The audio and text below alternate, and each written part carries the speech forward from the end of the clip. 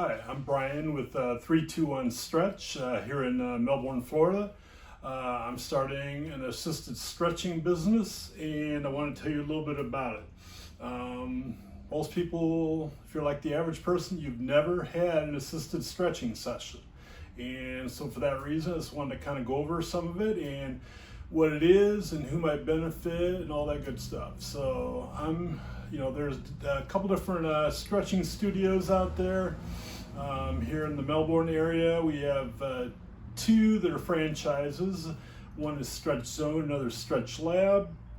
But assisted stretching is real simple. It's a professional taking you through a stretch, get a longer, deeper stretch, a better stretch than you can get on your own. It's that simple. Just like you can't self-massage or even with a massage gun or whatever, you can get an okay massage, but it's never what somebody who's trained in massage can do.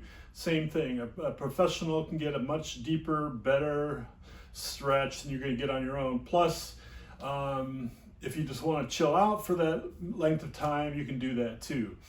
But there's different types of stretching. There's more than one. Like I say, the two studios here in Melbourne, they both do it differently. They don't do the exact same thing.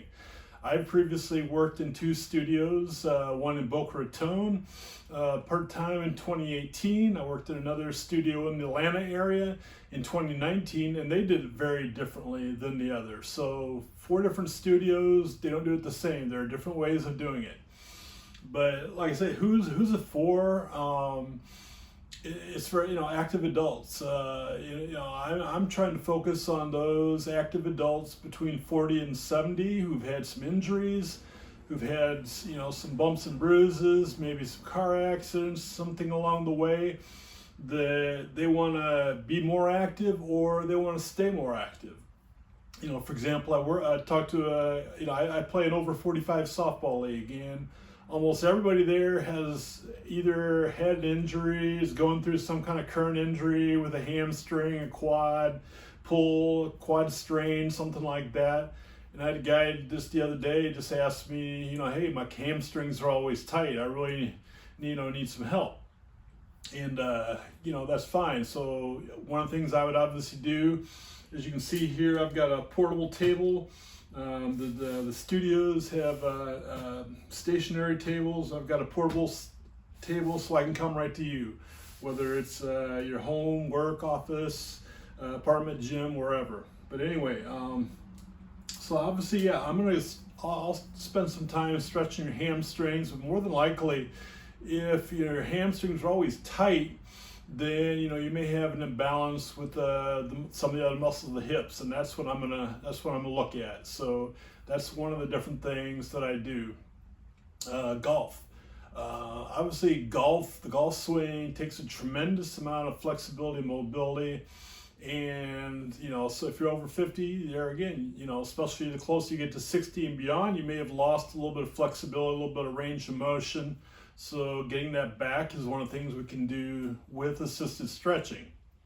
But there are 4 key areas of stretch, of mobility for the golf swing: the ankle, the hip, the thoracic spine, where I'm getting rotation here, and the shoulder. And those are your 4, you need a little bit of flexibility in all your muscles, but those are all your joints, but those are the 4 key areas that we're going to work on. And if that's your goal, is to increase your flexibility and mobility, your golf swing, obviously we'll kind of check that out beforehand. But those are 4 key areas, and I can definitely help you with your golf swing if that's what you want. When I worked at the Atlanta stretching studio, I had a gentleman in his early 50s. He was a pretty good recreational golfer, and he golfed in tournaments on the weekends, not for pay. He was an amateur, but he had a little bit of some flexibility and mobility issues, and he had worked previously with a golf fitness professional who gave him specific exercises for golf, but he was lacking a little bit in his flexibility, and we did some work on that. And it helped him out, and one of his tournaments on the weekends he placed second out of 20, so that's pretty good. Atlanta is very golf. There's a lot of people who golf there, a lot of golf courses. So, there again, golfers, it was something that they need. But here in Florida, obviously a lot of people golf. You can golf year round down here. So golf fitness, as far as mobility, that's definitely something assisted stretching can help you out with. Aches and pains. If you're over 50, hey, just from life, you probably got a few aches and pains, especially like me. The closer you get to 60, I feel it more. I'm knocking on 60's door, and I feel different than I did at 50, even though I try to take pretty decent care of myself. So assisted stretching can help with that. If you're somebody, look at me, I'm sitting. If you're somebody who sits at a desk and you've been sitting at work in a desk for decades, you've probably got some stiffness you need some help with. So you're somebody else that I can do some help with, do some work with. Okay, so like I say, tension and stress can build up over time, and also contribute to some stiffness and aches and pains. Back. When I worked in a chiropractic clinic, almost everybody that I worked with had back pain. I would finish with 5 to 7 minutes of stretching, particularly for the hips.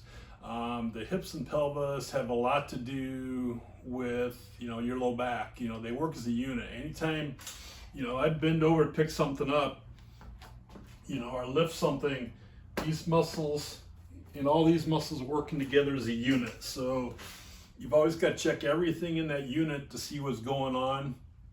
And there's a lot of times where you can have some rotational issues in the hips. So basically this being a form of rotation. So I'm going to check your rotation in several different positions. If you had some hip or back pain, see if there's anything going on there. Obviously hip flexors, I'm sitting here. So generally my quads and hip flexors are going to get tight. So obviously you want to spend some time stretching those hip flexors. But that doesn't mean that stretching is always indicated with back pain. There's a lot of different things go on with back pain, and I'm not a doctor, so I'm not going to try to tell you that stretching is going to cure your back pain. In some cases it may help, some cases it may make it worse. So just if you see something on the internet, some stretches, they may help your back pain, or they may make it worse. And that's why working with a professional like myself, is a good thing if you're not already seeing chiropractic or physical therapy care. And like I say, I've worked with chiropractors for almost a decade. So, I understand what they do, and, maybe something you can work with me and your chiropractor and get better results. But, it's just like I say, let's go back to that thoracic spine. So you see me sitting in a chair here. So some of the stretches I do, I will have you sitting in a chair. And most of the time you see people laying down on a table. And you can get great stretches on a table. I've done that myself. But if you need more motion, one of the things that I'll have you do is I'll have you slowly turn as far as you can one direction. And then at the end of that motion, I'm going to twist you just a little bit more. Not a lot, just a little bit more. A little bit further than you can go on your own. 1001, 1002. Come back to the start, and we'll do repetitions. Obviously, we'll do that both sides, assuming you need both sides is equally flexible. I may have you go in this position here. Just change the angle, change a little bit of the muscles we're working on, that rotation. But that thoracic spine, like I say, if you're lacking rotation with the golf swing in that thoracic spine, you may try to make it up with your low back. You may try to compensate, and that's kind of unnatural. But your lumbar spine, your lower back, has approximately 13, 14 degrees total rotation. That's not a lot, meaning it's not meant to do much rotation. It's meant more flexion and extension. So you don't, if you lack rotation with your thoracic spine, you make up with your low back. Over time, it's probably not a good thing. The other thing is thoracic extension. I'm going to sit up nice and tall like here. That gives me more ability to take my shoulder up overhead, which obviously you need a lot of shoulder range of motion and flexibility with the golf swing. Here, I'll sit here a little bit of a slouch and try to raise my arm up. And in that slouch position, that's as far as it's going to go. Versus I sit nice and tall, much more range of motion. So we want to look at your thoracic extension as well as its ability to rotate. And that's, like I say, that's one of your key areas of flexibility for your golf, along with your hip, ankle, and your shoulder. Like I say, there are different types of stretching. I mentioned 4 different stretching studios, didn't do it exactly the same. The one I worked at in Atlanta, did kind of a hybrid deep tissue massage and stretching session all in one with the clothes on, and typically 30 minutes. Depending on what you got going on, 30 minutes is a nice starting place. But if you got something chronic tension, you're really probably going to need a 60-minute session. There was a gentleman I worked with here about a year and a half ago in West Melbourne, had some chronic issues, had some injuries from his past, and very stiff. So in 30 minutes, I was just getting him to relax a little bit. So in that case, if you got some chronic stuff going from head to toe, a 60-minute session is going to be much better. Like I say, there are different ways to stretch. You can get into a position and just kind of try to hold there for 30 seconds, 60 seconds, whatever. That's kind of the classic way to stretch, and it works. In my opinion, it's not a fast way to get. If you're not flexible and you try to just hold positions for that long, it's going to take you forever. There are, like I say, different ways to stretch. So one of the methods I use, which was used in one of the studios I worked at, active isolated stretching. So for example, for the shoulder, they're going to have you actively move through all these different motions here, here, here. May change the angle of the arm, a lot of different motions for the arm. And there again, you're going to actively move and hold the stretch, and then I'll assist you at the end to go just a touch further, and you can go on your own, not going to cause pain, and we'll go back to the start and do repetitions. So if you're really looking to increase your motion on either your thoracic spine or your shoulder, then seated is going to get that much better than laying on a table. Now, if you just have some tension, or maybe you just work from your workouts, training, yes, you can just do a lot of stuff on the table and you get great results just like with that. But if you're actually lacking in range of motion and flexibility, actively working on it, either with this or some exercises afterwards or on your own, is what's going to get you the best results. And if you're really tight and you've lost a lot of motion, if you don't work on your own in between sessions, you're not going to see as great a results. I'm just going to be upfront with you with that. But like I say, as you can see, various exercise equipment here. I have a degree in exercise. I'm a certified personal trainer. I can help you with your exercise program, or maybe discuss parts of your exercise program that might be contributing to your tension unknowingly. So that's one of the things that I do bring to the table. But like I say, this is kind of an introductory thing, and I just want to, more than likely, very few people have ever had a 30 or 60-minute assisted stretching session. So that's why I wanted to kind of show you or talk to you a little bit about what it is. And like I say, it's a great way to, release tension, or if you've been exercising a lot, just a little bit tighter than you want to be, it's a great way to recover from that, keep playing, or to be more active if you're not as active as you want to be because of some restrictions in your flexibility and mobility. And I just want to kind of finish. I'll show you two of my favorite stretch tools to finish with. The TRX here, and TRX is a suspension trainer you do a lot of body weight strengthening with, kind of similar to calisthenics, and it's a great tool for that. But I love it for stretching, and I'll show you one of my favorite stretches here. And behind me, You see the stick mobility. The mobility sticks, they're made of a strong PVC that bends slightly, so you can get into various positions and exert force on those. And I'll demo those here in just a second. But two of my favorite tools for home self-massage. Obviously, the massage gun is great for that. And there again, if you don't know what you're doing, can you cause some harm with this? Of course. But there again, it's like I'll show you what if you want, what you can do. It's not gonna be harmful. And this one has 3 different strengths, and I almost never use it beyond the first one, because there again, if I want to go deeper, I can just push it deeper into the muscle. But like I say, we can discuss that if you want during our session. One of my favorite tools is the spiky ball. And the spiky ball, I like it because it kind of gets into and grabs the connective tissue, the fascia that surrounds the muscles. And that's another thing. Anytime you're doing stretching, you're not just stretching muscles, you're working with the fascia, and you're working with the bodies, and you're working with the nervous system to try and make a change.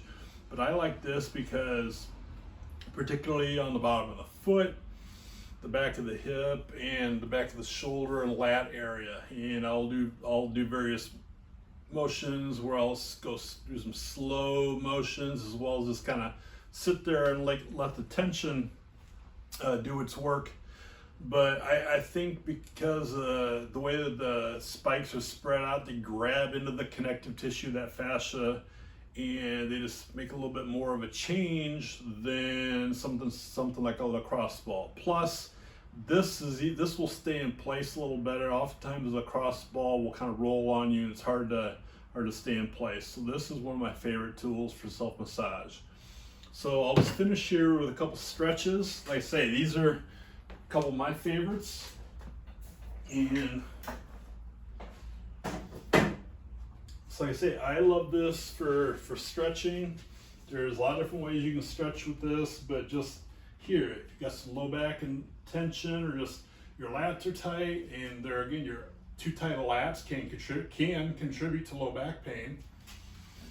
I'll just kind of get back here, just slowly sit back so I can feel the stretch from the back of my shoulder into that mid-back area, all the way down to my low back, and I may do a little slow rotations one way or the other. Just kind of move around. I can feel what I want to elongate, which in this case, that lat go through here all the way back down to my pelvis. So if you're not feeling the right spot, just move. You can here. I'll throw in an extra stretch. I love this for pec stretch. And there again, you may have to move your feet forward or back until you feel the right place you want to stretch. Oh, there it is, right there. And that's a great way to stretch the pecs. And there's a lot of different stretches you can do with that. But stick mobility is a great tool. I can stretch the lats this way, just kind of relax into the stretch for 5 or 7 seconds, then contract into the sticks, push the sticks into the ground for 5 to 7 seconds, about 20% force, relax, and so forth. I can do some contract, relax. Hip flexors. Almost everybody past a certain age has hip flexor issues. These are a great way to stretch that. Step forward here, get into a split stance. I'm going to push into the ground with the sticks to create some pressure, create some stability through my midsection, my core. Now I'm pushing my back leg forward as I'm trying to pull my front leg back. So I'm doing an isometric. I may hold about 10 seconds. There again, approximately 20% force. Obviously do the other side.